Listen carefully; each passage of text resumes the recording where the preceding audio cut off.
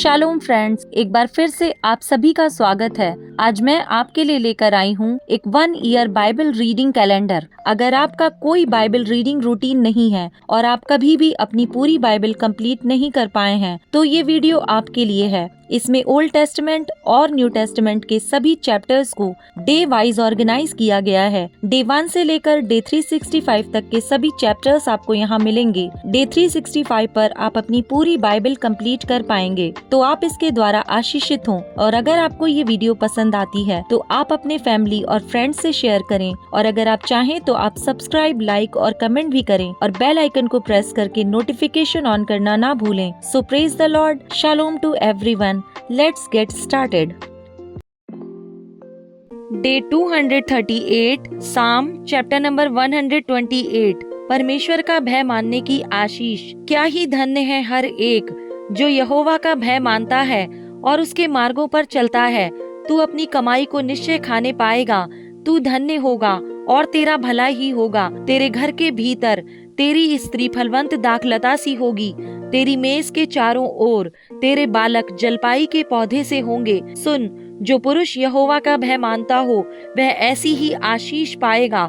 यहोवा तुझे सियोन से आशीष देवे और तू जीवन भर यरूशलेम का कुशल देखता रहे, वरन तू अपने नाती पोतों को भी देखने पाए। इज़राइल को शांति मिले। साम चैप्टर नंबर 129। शत्रुओं की पराजय के लिए प्रार्थना।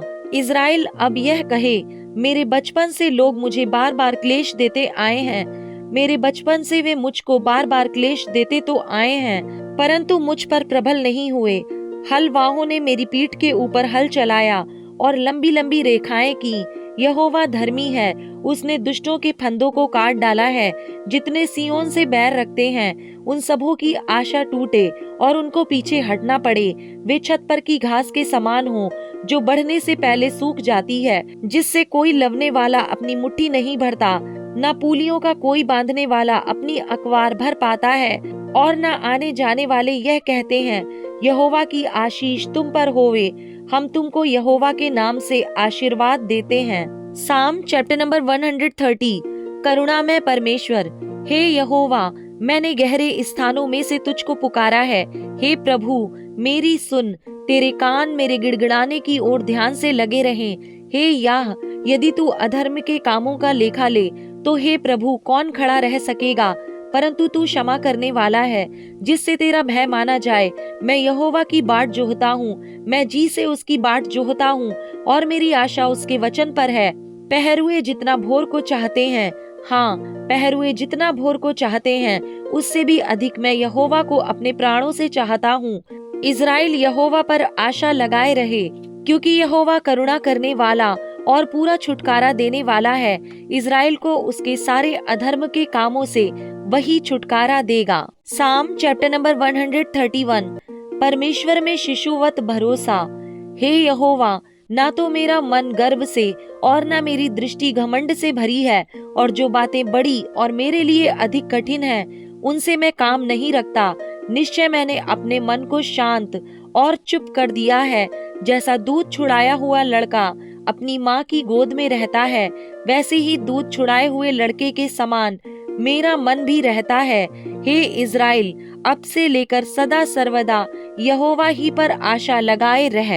1 Corinthians chapter number 7 verse number 25 to 40। अविवाहित और विधवाएं। कुंवारियों के विषय में प्रभु की कोई आज्ञा मुझे नहीं मिली, परंतु विश्वास योग्य होने के लिए जैसी दया प्रभु ने मुझ पर की है, उसी के अनुसार सम्मति देता हूँ। मेरी समझ में यह अच्छा है कि आजकल क्लेश के कारण मनुष्य जैसा है वैसा ही रहे।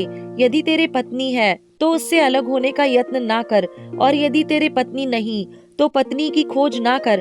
परंतु यदि तू विवाह भी करे तो पाप नहीं, और यदि कुंवारी ब्याही जाए तो कोई पाप नहीं, परंतु ऐसों को शारीरिक दुख होगा, और मैं बचाना चाहता हूँ। हे भाइयों, मैं यह कहता हूँ कि समय कम किया गया है, इसलिए चाहिए कि जिनके पत्नी हो वे ऐसे हों मानो उनके पत्नी नहीं, और रोने वाले ऐसे हों मानो रोते नहीं, और आनंद करने वाले ऐसे हों मानो आनंद नहीं करते, और मोल लेने वाले ऐसे हों मानो उनके पास कुछ है ही नहीं, और इस संसार के साथ व्यवहार करने वाले ऐसे हों कि संसार ही के ना हो लें, क्योंकि इस संसार की रीति और व्यवहार बदलते जाते हैं। अतः मैं ये चाहता हूँ कि तुम्हें चिंता ना हो। अविवाहित पुरुष प्रभु की बातों की चिंता में रहता है कि प्रभु को कैसे प्रसन्न रखे, परंतु विवाहित मनुष्य संसार की बातों की चिंता में रहता है कि अपनी पत्नी को किस रीति से प्रसन्न रखे। विवाहिता और अविवाहिता में भी भेद है। अविवाहिता प्रभु की चिंता में रहती है कि वह देह और आत्मा दोनों में पवित्र हो, परंतु विवाहिता संसार की चिंता में रहती है कि अपने पति को प्रसन्न रखे। मैं ये बात तुम्हारे ही लाभ के लिए कहता हूँ, ना कि तुम्हें फंसाने के लिए, वरन इसलिए कि जैसा शोभा देता है वैसा ही किया जाए, कि तुम एक चित्त होकर प्रभु की सेवा में लगे रहो। यदि कोई यह समझे कि मैं अपनी उस कुंवारी का हक मार रहा हूँ जिसकी जवानी ढल रही है और आवश्यकता भी हो, तो जैसा चाहे वैसा करे, इसमें पाप नहीं, वह उसका विवाह होने दे। परंतु जो मन में दृढ़ रहता है और उसको आवश्यकता ना हो, वरन अपनी इच्छा पर अधिकार रखता हो और अपने मन में यह बात ठान ही ले कि वह अपनी कुंवारी लड़की को अविवाहित रखेगा, वह अच्छा करता है। इसलिए जो कुंवारी का विवाह कर देता है वह अच्छा करता है, और जो विवाह नहीं कर देता वह और भी अच्छा करता है। जब तक किसी स्त्री का पति जीवित रहता है तब तक वह उससे बंधी हुई है, परंतु यदि उसका पति मर जाए तो जिससे चाहे विवाह कर सकती है, परंतु केवल प्रभु में।